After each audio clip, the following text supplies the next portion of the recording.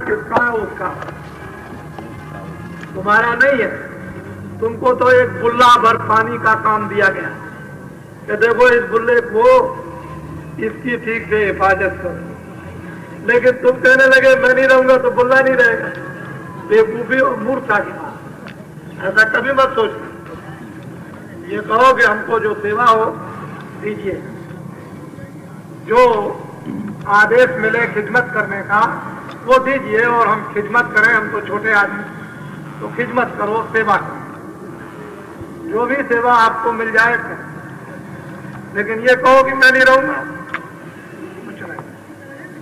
तुमने देखा अच्छी तरह से पहले लोग कहते थे मैं नहीं रहूंगा तो राज कौन चलाएगा, चले गए। फिर लोग कहते थे मैं नहीं रहूंगा तो कौन चलाएगा, वो भी चले गए। फिर कहते थे मैं नहीं रहूंगा कौन चलाएगा, वो भी चले गए। अगर सही बात बता दी जाए कि एक बकरी और गधा को भी कुर्सी पे बैठा दिया जाए तो उससे भी राज चलेगा,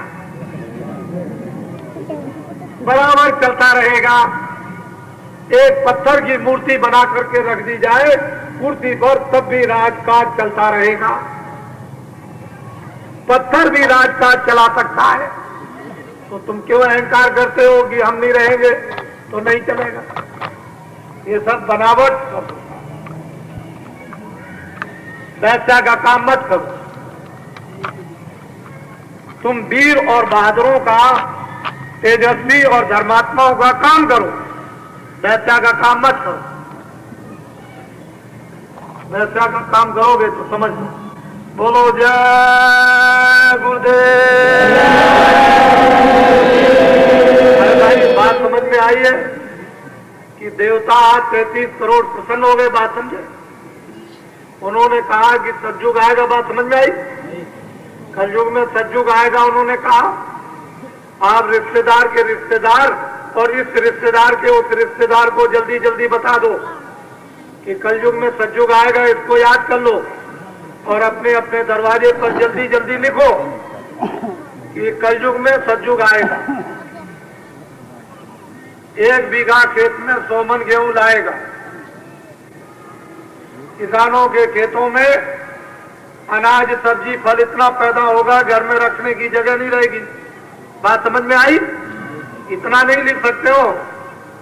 अरे इतना भगवान का शुभ सूचक चिन्ह है, अपने घरों पर नहीं लिख सकते हो कि सतयुग आएगा? बाकी तुम क्या करोगे? किसी की सेवा कुछ नहीं करोगे। रिश्तेदार को बता दो कि कलयुग में सतयुग आएगा, उसकी सब लोग तैयारी करो।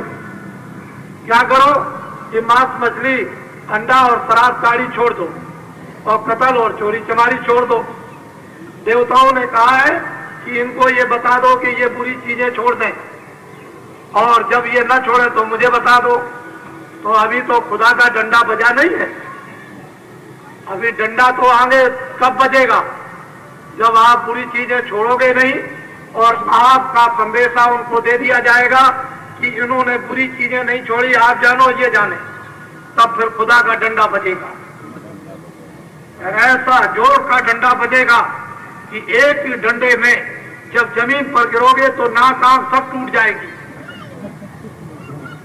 कमर हड्डी हाथ पैर सब टूट जाएंगे। 1 मिनट नहीं, 1 सेकंड के अंदर बाबा जी की सब बातें आपको याद आ जाएंगी।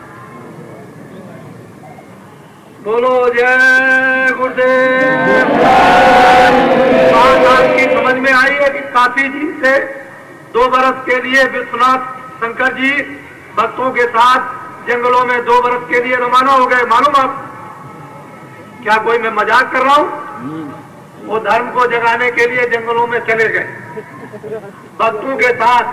अब वो काशी विश्वनाथ जंगलों में जाकर के फिर वहां से आपको परिचय देंगे।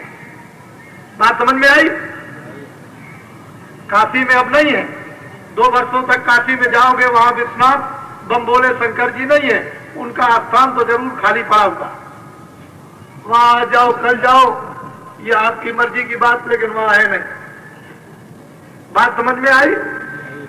कलयुग में सतयुग आएगा, आपको मालूम हुआ कि 11 दिन तक वो उसमें सम्मिलित रहे थे, लेकिन आपको विश्वास नहीं था। 2 करोड़ नर नारियों से ऊपर थे, हिंदुस्तान में राज्य संस्थाएं और धार्मिक संस्थाएं 2 करोड़ नर नारियों को जमा नहीं कर सकती, वो आपने देखा। और आगे जब कार्यक्रम का स्वप्न होगा तो 10 करोड़ नर नारी जमा होंगे। समझ रहे हो? 10 करोड़। बोलो जय गुरुदेव, जय गुरुदेव, जय गुरुदेव। नाम किसका? जय गुरुदेव। नाम किसका? तुम्हारी समझ में बात आई कि हम महात्मा तो है नहीं, हम कोई भगवान और फकीर तो है नहीं, तुम्हारी तरह से एक आदमी। तुमको भी आदमी समझते हैं, हम हमको भी आदमी समझो। बात तो समझ में आई? बोलो जय गुरुदेव। चार शरीर है, चार।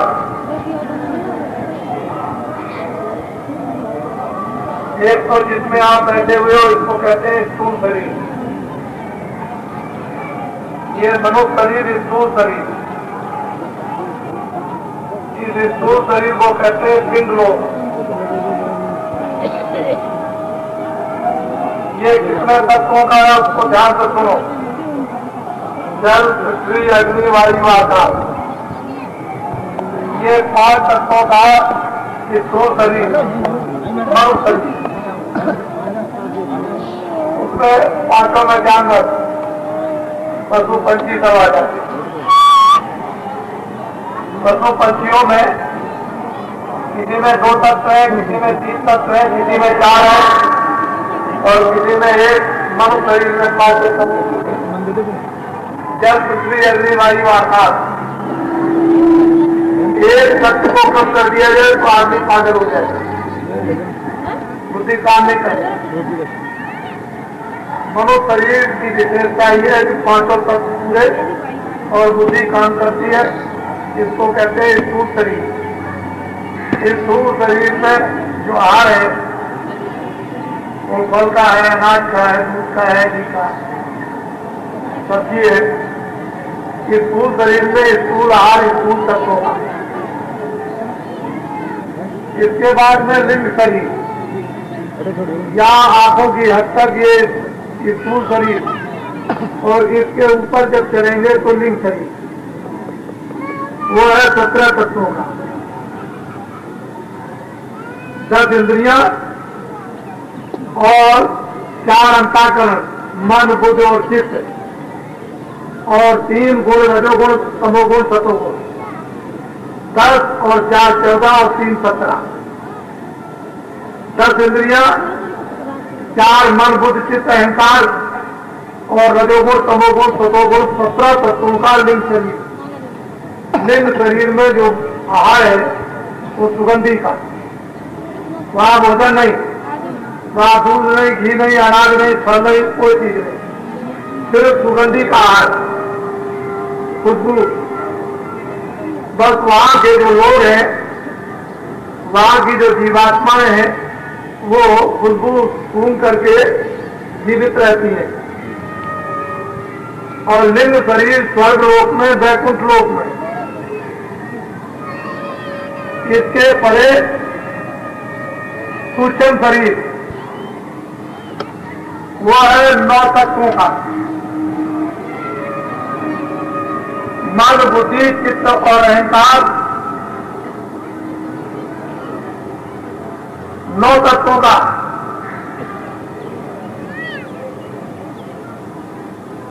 सबसे स्पष्ट रूप रक्षण, ये 9 तत्वों का सूक्ष्म शरीर। और स्वर्ग और वैकुंठ के परे जो ईश्वर का धाम है, जो सहजल कमल, उसमें जो भोजन होता है वो प्रकाश का, रोशनी, जिसको लाइट कहते हैं। उसी को देख करके वहां की जीवात्माएं जीवित रहती हैं। वहां सुगंधी नहीं, रोशनी देता है। स्वर्गलोक के भोग नहीं है, मृत्यलोक के भोग नहीं, वहां सिर्फ लाइट प्रकाश दे करके जीवित रहती है।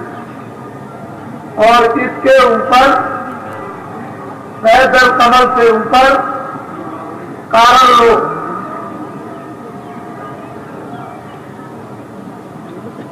वो शब्द रस रूप गंध यानी 5 तत्वों का, वहां पर जो भोजन है वो शब्द का, आवाज का। बिना आवाज के वहां जीवात्माएं जीवित नहीं रह सकते। इसलिए जो भोजन है, खुराक है, वो सब आवाज की है, वाणी जिसको बाजा कहते हैं। इन 4 शरीरों में अपने अपने लोगों में अलग अलग उनके शरीर और अलग अलग उनके भोग, एक दूसरे से किसी से मिलते जुलते नहीं। इन 4 शरीरों को पार करने के बाद 4 कपड़ों से जब जीवात्मा अलग हो जाती है तो इसमें स्वयं जो दोनों आंखों के पीछे जीवात्मा बैठी है, इसमें रचना करने की स्वयं शक्ति आ जाती है। फिर ये खुद रचना करती है, लोग बना दे, बड़ी बड़ी और विविध बात की रचना कर डाले, इसमें स्वयं शक्ति आ जाती है, इसमें ये गुण होता है। और 4 शरीरों से आजाद हो जाती है, फिर बंधन में नहीं। फिर उसको स्थूल कर्म, लिंग कर्म, सूक्ष्म कर्म और कारण कर्म नहीं बांध सकते। वो इन 4 शरीरों से अलग हो गई, निर्बंधन हो गई। तो हम लोगों को ये मालूम नहीं है कि स्थूल शरीर में क्या आहार है, लिंग शरीर में कौन सा आहार, और सूक्ष्म शरीर में क्या, कारण शरीर में, ये नहीं मालूम। कहां से कहां तक स्थूल शरीर है, कहां से कहां तक लिंग शरीर है, कहां से कहां तक सूक्ष्म शरीर है, और कहां से कहां तक कारण शरीर है, इसके परे क्या रुकावट है, तो ये हमको इस बात का ज्ञान नहीं। लेकिन जो साधक साधना करते हैं, जो ऊपर जाते हैं, उनको सब कुछ वो ज्ञान होता जाता है, उनको सब मालूम होता है। जो जो आहार करते हैं, जिस लोक में, जिस शरीर में जाकर वो बताते हैं कि यहाँ सुगंधी का आहार, यहाँ पर प्रकाश का आहार, यहाँ शब्द का आहार है, वो सब बताया करते हैं। और यहाँ किसका आहार है? कुछ चीजों जो रोज आप कढ़ाई में बना के खाते हैं, इन चीजों का आहार है। इससे ये शरीर रहेगा, सुगंधी से लिंग शरीर जीवित रहेगा, प्रकाश से जो है वो सूक्ष्म शरीर जीवित रहेगा, और कारण शरीर में सब। इससे परे कोई जीवात्मा का शरीर नहीं। तो कारण आती है, तो आप थोड़ा सा ध्यान देकर सत्संग को आप सुनिए। ये गोपनीय सत्संग है, लोगों को ये सुनने को मिलता नहीं और लोग जानते भी नहीं। चरण गुरु मेरे विराज बनाया आरत का बताया कि गुरु के चरण दोनों आंखों के बीचों बीच और सामने विराजमान, यानी प्रकट हो गई। राम नाम रूपी मणि प्रकट हो गई। गुरु के चरण जो प्रकाशित स्वरूप है वो प्रकट हो गए। उनका दर्शन, उसमें बड़ा आनंद है। कहते हैं हमारे गृह में, हमारे घर में, मनुष्य रूपी मकान में, तीसरे पिंड में, दोनों आंखों के बीचों बीच जब दरवाजा खुल गया तो कहते हैं चरण कमल आ गए। वो उस गुरु के चरण कमल, वो जो सबका गुरु, उसको पिता कहो, गुरु कहो, वो सब कुछ कहा जाता है।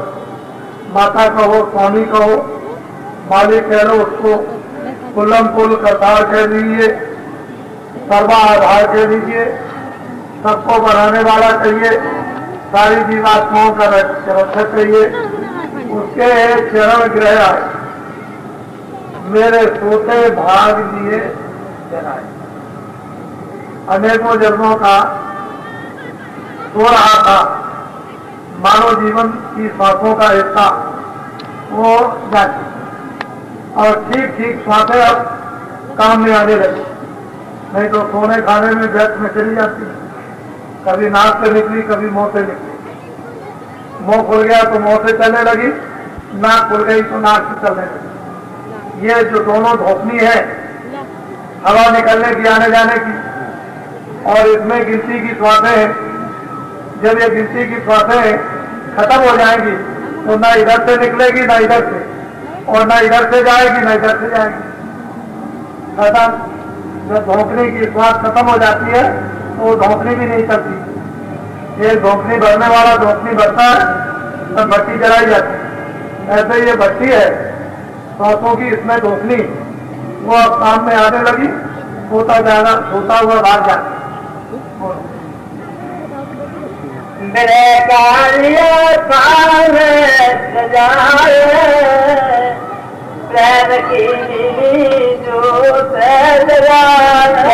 विरह की थाली बनाई, विरह की, जिसको तपन कहते हैं, तड़प कहते हैं, विरह कहते हैं, रोना उसको कहो कहते हैं, उसकी एक थाली बनाई और उसमें व्रत की बाती बनाकर रख दी। अब तो ये जब जलेगी तभी काम बनेगा, इसके पहले काम नहीं बन सकता। तो इसको थाली बनाना। ये जीवात्मा दोनों आंखों के पीछे बैठी है। ये चतुर्संताकरण मन बुद्ध चित्त अहंकार। मन अपना काम करता है, कितने काम किया चिंतन का, उसने चिंतन करके छोड़ दिया, और मन संकल्प विकल्प करता है, और बुद्धि निश्चय करती है कि ठीक है कि नहीं है, और अहंकार दीवार बनाकर खड़ा हो गया तो सारा ज्ञान खत्म कर देता है। तो इसमें जो पूरा कचरा भरा हुआ तो यही तो है कि चिंतन में काम किया, मन संकल्प विकल्प करता है, बुद्धि में विवेक नहीं है, और अहंकार दीवार बना के खड़ा हो जाता है तो सर्वनाश कर देगा। ये जब साफ होगा ग्रह की थाली बना ली जाएगी, और जिसमें दीपक जब जलेगा तब अपने अपना काम ये सब करने लगे। ये अपना काम, मन अपना काम, बुद्धि अपना काम, अहंकार अपना काम, और फिर जीवात्मा सभी है उसमें, वो निकल आएगी, और जब निकल आएगी तो दीपक सामने चलना। हाँ, ओ मन से सनमत थाई भई ग्रस्त गुण फेरी जवानी। ऐसे उमंग से खड़ी हो गई और दृष्टि से निहारती है, आंखों से ज्ञान चक्षु से नेत्र सामने देखती। इसीलिए साधकों को ये चाहिए कि बाहर की आंखें तो हिले नहीं, अंदर की आंख से सामने एक जगह देखो, और जब विरह होती है तो मन इधर उधर और चित्त कहीं नहीं जाता, दृष्टि के साथ लग जाता और दृष्टि खड़ी हो जाती, और बाहर की दोनों आंखें हिलती नहीं तो दीपक जल जाता। फिर जला दिया दीपक, और जब तक ये विरह नहीं होती है तो दीपक जलता नहीं, दृष्टि एकाग्र नहीं होती है, कैसे काम होगा। जागना जट में हुआ यार, हो तो ये दोनों आंखें मेरे सामने चांदना, जहाँ चांदना होगा और आदमी चली जाए, उजाला हो गया, दिखाई देने लगा, चांदना हो गया, चंद्रमा निकल आया, प्रकाश हो गया, उसको बड़ा शीतल ठंडा था।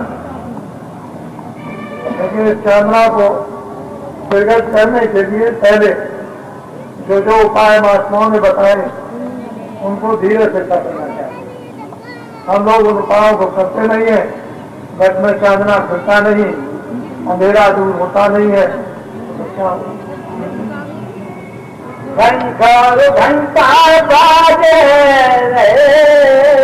और फिर क्या सुनाई देगा जब चांदना होगा, उजाला प्रकाश हो गया तो घंटे संग की आवाज बड़ी मधुर, इतनी अच्छी स्वामी और मीठी लगेगी कि सुनते सुनते सुनते सुनते उसमें मैं हो जाऊं, यानी अपने आप को भूल जाऊं कि मैं क्या हूं।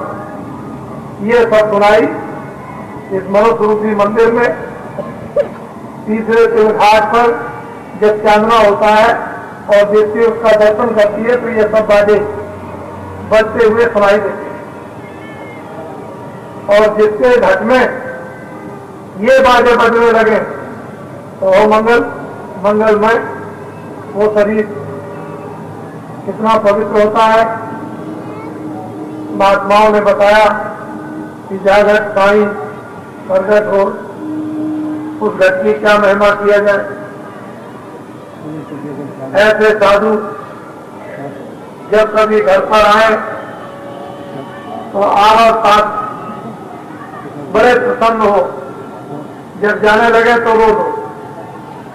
आवर साध न हर किया जात न दिया रोज, कहे कभी तादाद की मुक्त कहां से हो। साधु आवाज देखकर मन में डरे मरो, गुस्सा आता है, मन जो है नाराज होता है तो मन में डरे मरो तो होती चूरा बसे गांव के छोर। उस गांव के भंगी हो गए और किनारे पर बसाए जाओगे। गांव में बैठने बच्चे हो सबके साथ तो साजन भोजन पीसों दीजिए साथ बुलाए। कहते हैं कि उनकी सेवा बड़े प्रेम के साथ में साजन भोजन जो कुछ एक उचित शक्ति हो, रूखा सूखा फल फूल उनकी सेवा करो तो जीवन जप है, जप में हम परम पद पाए। इस संसार में तो तमाम जप होगा और आखिर में ये जीवात्मा परम पद में चली जाएगी।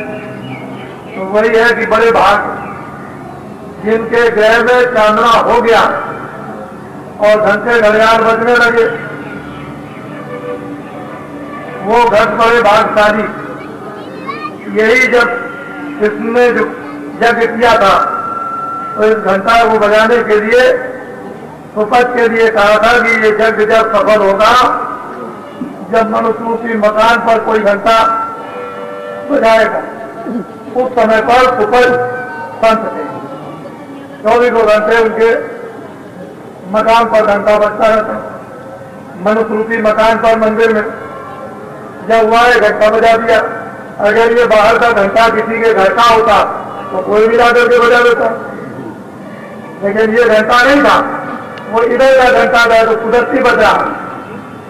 तो इस मैराज की बुद्ध की छज्जे पर खड़े हो, सामने इधर चांदना तुमको दिखाई देगा और फिर देखो कैसी अद्भुत झंकारें उधर से आ रही तरह तरह।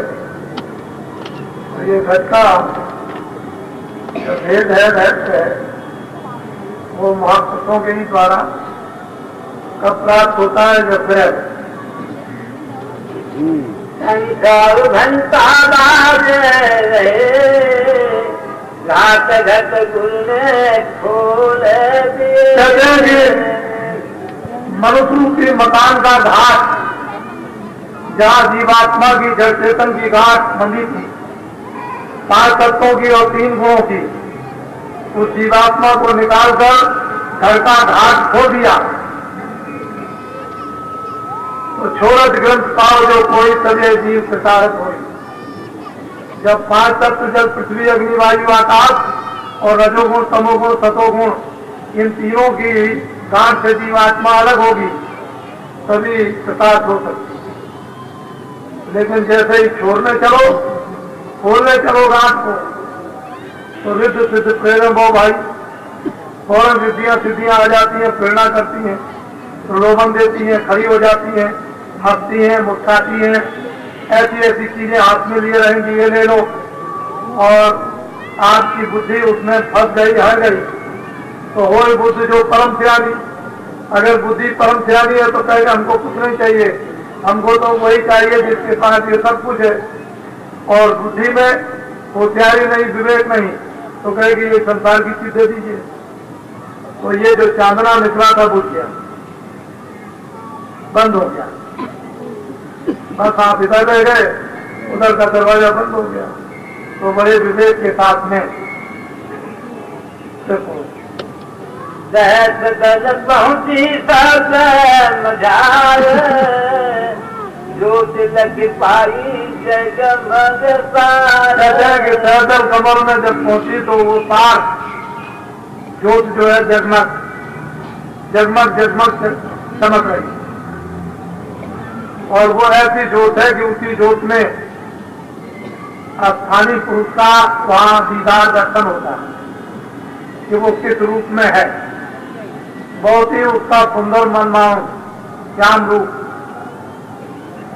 बड़ा ही सुहावना है। वो 3 लोक का मालिक है। सहस्त्र कमल में निरंजन भगवान के दर्शन हुए और वो ज्योत जगमग जगमग उसके सब महात्माओं ने निशान बताए। ज्योतें तो और भी है, किसी और ज्योत का दर्शन हो गया और आपने कह दिया कि नहीं वो नहीं, और ज्योतों में और निशान है, लेकिन इस ज्योत का निशान ही अलग है। कोई कह दे मैंने उस ज्योत को देखा था तो पूछा जाएगा उसके बीच में क्या निशान है, तो आप नहीं बता सकते, जिसने देखा है वही बताए। वो ज्योत जलती है सहस्त्र कमल में और वहां 3 लोक के मालिक का दर्शन होता है। सारा पसारा नीचे का जो कुछ भी उससे हुआ है वो सब ज्यों का ज्यों दिखाई देता है। देखती लीला कोई अब बंकनाल के पार। वहां बहुत से बड़ी लीला अद्भुत अद्भुत देखने को मिलती है। तरह तरह की लीला जो कहने में नहीं आ सकती है, ऐसी चीजें यहाँ नहीं।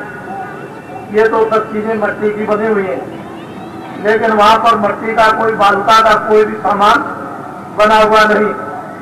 हर चीज में से किस तरह की चमक आती है, किस तरह की रोशनी होती है, प्रकाश होता है कि उसमें ये किस खूबसूरती से, किस कारीगरी से, किस मशीन से ये चीजें बनाई। वहां का कारखाना सबका सब देखने पर ही मालूम होता है, लेकिन वहां का नक्शा नमूना यहाँ किसी कागज पर नहीं उतारा जा सकता, उसके इशारे किए जाते हैं। और यहाँ वो चीजें है ही नहीं जिसका प्रमाण देकर के ये समझाया जाए कि ऐसा है, ये तो मिट्टी की चीजें हैं, तो मिट्टी की चीजों से उसकी क्या तुलना। गुरु ने किया तुझसे प्यार बजाई नौबत कहते हैं कि जब वो बंगला टेढ़े रास्ते से ऊपर जब चढ़ी तो बड़े बड़े पर्वत, ऐसे ऐसे विशाल पर्वत हैं कि सारा संसार उसका एक छोटा सा टुकड़ा। ऐसे बड़े बड़े पर्वत विशाल, और किस चीज से बने हुए? सोने के। सोने के विशाल विशाल पर्वत चमकते हैं। साधकों को ये इच्छा होती है कि इसमें से थोड़ा सोना ले चले, लेकिन यहाँ वो नहीं आएगा। उस सोने की यहाँ कोई कीमत भी नहीं है दे सकता। तो बड़े बड़े विशाल वहां पर पर्वत नजर आते हैं।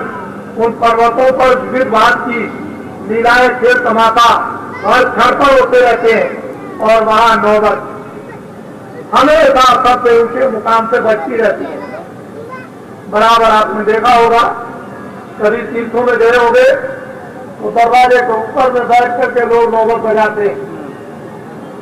वो नौबत किसकी बजती है? खुशियानी बजाते रहते हैं इस तरह से नौबत। तो ऐसे ही वो नौबत ऊंचे स्थान पर बज रही, और कितनी अच्छी है। उसको बाणी कहो, बाजा कहो, जो आपकी इच्छा हो, लेकिन वो ऐसा बज रहा है कि कितना उसके सुनने से और देखने से आनंद और खुशी प्राप्त होती है। ये महात्माओं ने जिस आनंद को, खुशी को बताया, ये तो ऐसे ही साधारण रूप से कह दिया था। मान कर आई सके बोलार हंस का देखे रूप हो गया। उन मुकामों पर बिना गुरु के कोई जा नहीं सकता। कभी आगे गुरु, कभी पीछे गुरु, कभी दाएं गुरु, कभी बाएं गुरु। बिना गुरु के वहां एक कदम, एक कील, जर्रा भर, कर भर भी आगे तक नहीं रख सकते हो। ऐसी रचना का भारी विस्तार, तो भूल चलेगा साथ साथ ले चलेगा, क्योंकि रास्ता तो उसका देखा होगा। हम तो जानते नहीं चले जाएंगे, हमको तो रास्ता मालूम नहीं है। उधर जाएंगे, उधर देखते हैं कि मानसरोवर, उधर स्नान करना पड़ेगा, बड़ा भारी सरोवर है, और वहां पर उसके इर्द गिर्द कितने चमकते हुए घाट उसके बने हुए हैं, और वहां पर जीवात्माएं रूहें किस तरह से उस मानसरोवर में स्नान करती है, ये एक देखने का दृश्य है। वो जलवा है, तो चीजें सब कुछ थी, लेकिन बताने वाले न मिले, राह दिखाने वाले नहीं मिले। हमको अपना बना लेते, ऐसे मिलते जो वहां तक हमको ले चलते, आगे पीछे और पहुंचा देते। आप यहाँ बिना गुरु के राम और कृष्ण, बौद्ध और ईसा एक कदम भी नहीं चल सके, तो आपकी हस्ती क्या है कि बगैर गुरु के चलेगा? राम को भी गुरु करना पड़ा, कृष्ण को भी, और जितने भी आए लोग सबको गुरु करना पड़ा, जितने महात्मा है सबको गुरु करना पड़ा। और आप कहते हो हमको गुरु की क्या जरूरत है? गुरु कोई हस्ती नहीं है, गुरु एक ताकत है, एक ज्ञान है, एक शक्ति है, एक प्रेम है, एक आनंद है। तो गुरु कहते हैं जो अज्ञान रूपी अंधकार को हटा करके जीवात्माओं को ज्ञान रूपी उस प्रकार आनंद को प्रदान करे, उसका नाम गुरु। तो गुरु आप समझते नहीं हो, आप समझ लेते हो गुरु कोई एक हार मार्ग का। गुरु वो परम शक्ति है, उसके बिना कोई काम नहीं। अब लोग कलयुग में कहते हैं गुरु करने की क्या जरूरत, हमको गुरु। देवियों से कहते हैं कि तुम हमको गुरु मानो, ये ठीक है, मैं ये नहीं कहता। लेकिन सतयुग में, त्रेता में, द्वापर में आपको आदेश मिला था कि प्रति उम्र का एक हिस्सा भगवान की आराधना में लगाते हैं, तुम लोग इनकी सेवा करना और इनके तपोबल से तुम्हारी आत्माओं का कल्याण हो जाएगा। अब मैं आपसे पूछता हूँ, इस समय भगवान की आराधना में आत्म कल्याण के लिए आप कितनी तपस्या करते हैं? तो कलयुग में नियम बदल गया, स्त्री को भी भजन करना, पुरुष को भी भजन करना। जो स्त्री कमाएगी उसके पास रहेगा, पुरुष कमाएगा उसके पास रहेगा, स्त्री का पुरुष को नहीं, पुरुष का स्त्री को नहीं, अपना किया हुआ काम देगा। ये कानून कलयुग में बदल गया, इसलिए दोनों के दोनों भगवान का भजन करो। बाकी बाहर की शारीरिक सेवा है वो शारीरिक सेवा करो, जहाँ आत्म सेवा है वहाँ आत्म सेवा करो, जहाँ शरीर का संबंध है वहाँ शरीर का संबंध रखो, जहाँ आत्मा का संबंध है भगवान के साथ जोड़ दो। तो ये काम दोनों को करना। पहले युगों में महात्माओं ने स्त्रियों की सुविधा के लिए स्त्रियों को वो तत्व उस समय पर नहीं जगे थे जिससे वो भजन करती, इसलिए उस समय आदेश दे दिया था कि इनकी सेवा से तुम्हारा बड़ा हो जाएगा। लेकिन अब उन तत्वों की जागृति हो गई और रास्ता सबके लिए खोल दिया, तो जितनी सुगमता स्त्रियों को उतनी पुरुषों को, दोनों एक ही रास्ते से बैठ के भजन कर सकते, किसी को कोई बाधा नहीं। मीरा ने किया उसने पाया, सैजबाई ने किया उसने पाया, तुलसीदास ने किया उन्होंने पाया, धर्मदास ने किया उन्होंने पाया, और भी देवियों ने किया उन्होंने पा लिया। तो सबको अब समान अवकाश भगवान की तरफ जाने और भजन करने का मिल गया।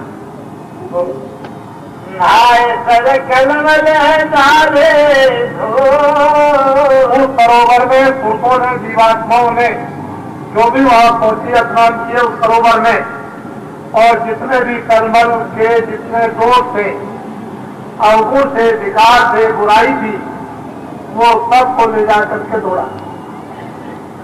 मन को मन के भंडार में, बुद्धि को बुद्धि के भंडार में, चित्त को चित्त के भंडार में, प्राणों को प्राणों के भंडार में, इनको सबको अपने अपने भंडार में पहुंचाती हुई जीवात्मा जब गुणातीत होकर के अकेली चली, मानसरोवर में स्नान किया, सारा कुछ ऐप धो दिया और बिल्कुल उसके धूप में हो गई कि हंस उसके सामने कुछ नहीं, इतनी श्वेत और सफेद हो गई जिसको व्हाइट कहते हैं। नाय कर कलमर डाले धो शब्द सुन सारा सुनाई मोया। कहते हैं कि फिर उसको उतार कर उसको सुनाई दिया। किसने सुनाया? गुरु ने। वहां भी गुरु की जरूरत है। हर शब्द का परिचय गुरु, हर मंडलों का परिचय गुरु, हर देशों का परिचय गुरु कराएगा, बिना गुरु के नहीं हो सकता। कहते हैं गुरु ने वो भी सुनाया। रूप लगे अक्षर का जब ये 10वें द्वार में पहुंची तो अक्षर का साक्षात्कार दर्शन हुआ, रूप का। और वहां पर किसी से पूछा जाए कि भाई रूप में क्या है, तो वहां कुछ लिखा हुआ। जो लोग यहां से जाते हैं वहां कुछ पढ़ते हैं, ये अक्षर उतरी से आए। ऋषियों मुनियों ने जो प्राणायाम किया और उससे उन्होंने जो कुछ अनुभव किया है, ये सब अक्षर ऊपर की तरफ से आए। तो अक्षर का दर्शन हुआ, दीदार किया, उनकी आवाज सुनी और बहुत मीठी महीन, दिल को पकड़ने वाली, अपनी तरफ खींचने वाली किंगरी और सारंगी की आवाज में जिस तरह से मृग को बजाया जाए, और जब वो सुनता है तो मस्त हो जाता है।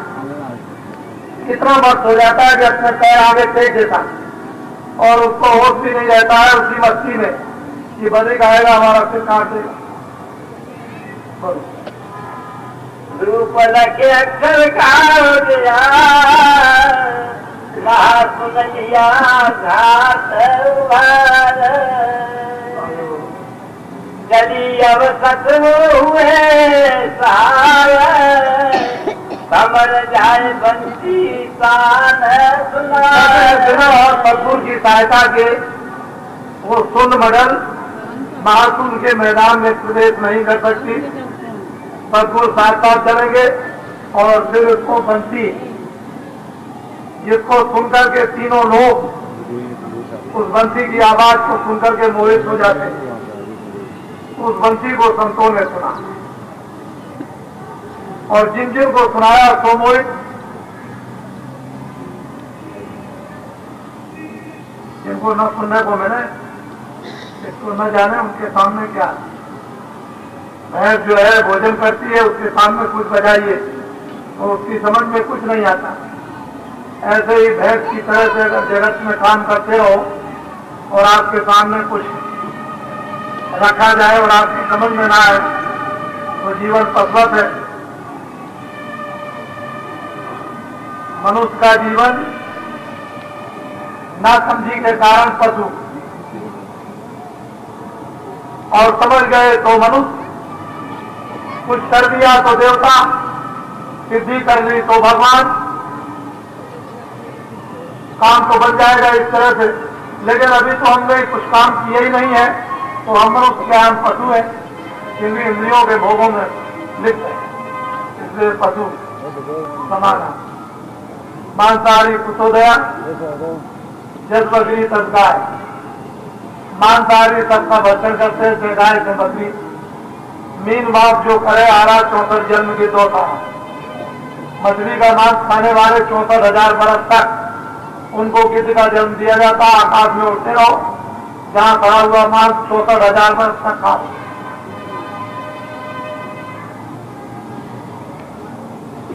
ये है उनका जो कल दिखाया था फैसला।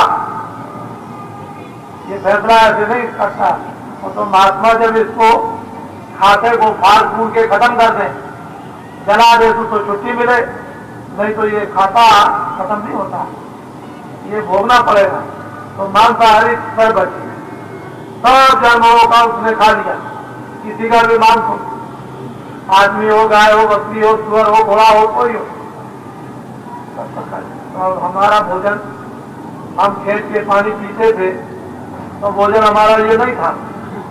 जो जिभ्या से काटते हैं अज्ञानी जीव, जो पशु पंछी या जानवर हैं, वो जो खेत के पानी नहीं पीते हैं वो तो मांस खाते, लेकिन उनमें से जो खेत के पानी पीते हैं वो भी नहीं खाते। तो हम मनुष्यों के अंदर उन जानवर और पंछियों की जितनी भी बुद्धि नहीं रही, वो तो समझ लेते हैं कि ये मांस है, इसको नहीं खाना, लेकिन मनुष्य तुझको पूरी बुद्धि दी और फिर भी तू नहीं समझता, उसको मांस खाता। अमर पुर पहुंची बीना झावे, हंस जा बैठे देखे द्वार। कहते हैं कि जब ये अमरपुर के दरवाजे पर नाके पर पहुंची तो वो सब के सब पहरेदार बैठे हुए पूछते हैं कि इधर कैसे कहाँ जा रहे हैं। तो उन्होंने कहा कि मुझे इधर जाना है, तुमको यहाँ कौन गया? कह लगे ये है उनका पास, देखा उस पर मोहर छाप लगी है संतों की कि रास्ते में कोई नहीं रोक सकता है, सब रास्ता देते चले जाएंगे। तो अमरपुर के दरवाजे पर नाके पर पहुंची और हंसों ने पूछताछ की और जब पास देख लिया और कह दिया चले जाओ। उन्होंने भी उसको मदद दे दी कि जाओ अंदर जाकर अमरपुर में सच्चे बादशाह प्रीतम का दर्शन करो। और ये फिर उस अमरपुर यानी सत्यलोक में दाखिल हो जाती, सतपुरुष के दर्शन करती। उसका रूप, लंबाई चौड़ाई, उसका प्रकाश कितना बड़ा है ये कोई वर्णन नहीं कर सकता। और कितनी रूहें जीवात्मा उसके इर्द गिर्द नाचती रहती है, वो उसके इर्द गिर्द कितने बड़े बड़े मंडल हैं, कितने बड़े बड़े ब्रह्मांड हैं, जिनकी हजारों वर्षों तक वहां पैमाइश करते रहो तब भी पता नहीं चलेगा। इतनी दूर और दराज से उस पुरुष की आरती होती रहती है 24 घंटे। खेल तमाशे जो होते हैं यहाँ तो तुम घंटे 2 घंटे में उग जाओगे, वहां करोड़ों वर्षों में भी नहीं उग सकते हो। रात और दिन कभी सोते ही नहीं, वही खेल तमाशा करते और देखते रहते हो। ये अमरपुर सच्चे बादशाह और अपने घर काटते बिना हर सदगुरु की कृपा मदद के उधर नहीं जा सकते, कोई आपको ले नहीं जाएगा।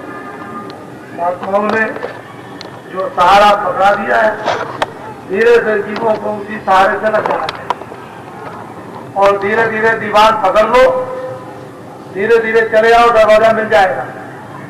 लेकिन धीरे धीरे आओगे और दरवाजे के पास आए, खुजली आ गई, हाथ को हटा दिया, खुजाने लगे, 2 कदम आगे बढ़ गए तो दरवाजा छूट गया। फिर घूम करके उतना ही चक्कर मारना, कहोगे हमको दरवाजा नहीं मिलता। दरवाजा उस किले के चारों तरफ है, लेकिन जब पास पहुंचे तो खुजली आ गई। ऐसे ही संसार के भोगों की जब खुजली आ जाती तो दरवाजा छूट जाता। निकल गए, बहुत लंबा किला है, कितना चारों तरफ लंबा परकोटा है, फिर आपको वो दरवाजा मिलता नहीं, जीवन निकल जाता, खत्म कर देते हो।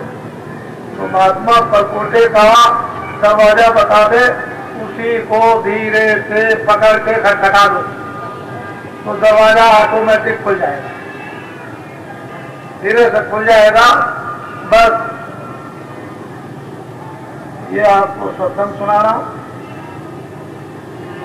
सच्चे प्रीतम का, बहुत दूर है, पास में नहीं है, चलना पड़ेगा, मदद लेनी पड़ेगी, साथ सामान तैयार, सब कुछ करने होंगे।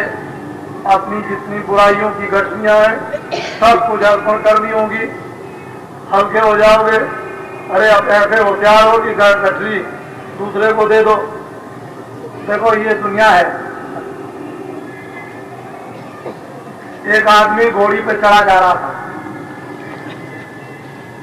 गांव वालों ने देखा कि आदमी तो घोड़ी पे चढ़ा हुआ है, लड़का इसका पैदल जा रहा, तो 20 गाली उसको दी लड़के के बाप को कि अच्छा लेने के लिए। इससे बड़ी होशियारी सावधानी से नरनारी सबके सब सम्मान के अंदरूनी रास्ते पर चले। भगवान का मंदिर है, मनुष्य शरीर है, जीवात्मा उसकी अंश है।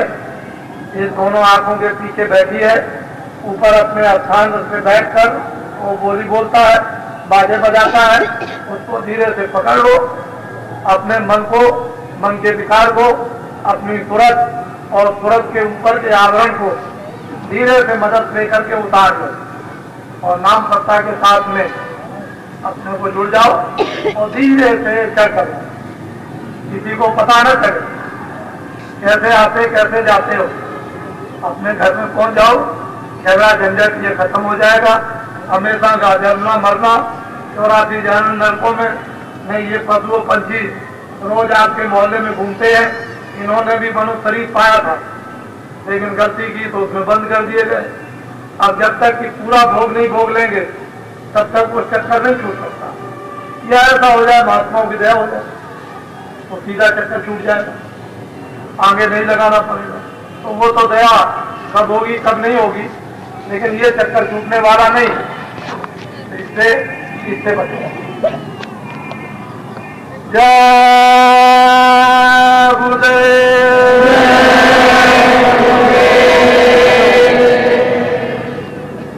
अच्छा ठहर जाओ, कोई शादी है? कोई शादी तो नहीं है? अरे किसी को शादी तो नहीं कराना है। कोई तैयार होकर के आए हो तो अभी ले आओ।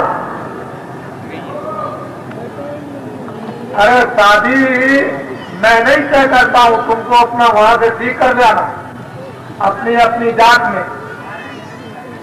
हाँ तो उनको यहाँ ले आओ। यदि हम पहले ही बेटा समय को नष्ट न करो। देखो एक पैसा नहीं लगता और ये दहेज प्रथा यहाँ कुछ नहीं। दहेज प्रथा से सब लोग मुक्त रहते, लेकिन लोग इसको समझते नहीं है। ये इतने बैठे बाराती और घराती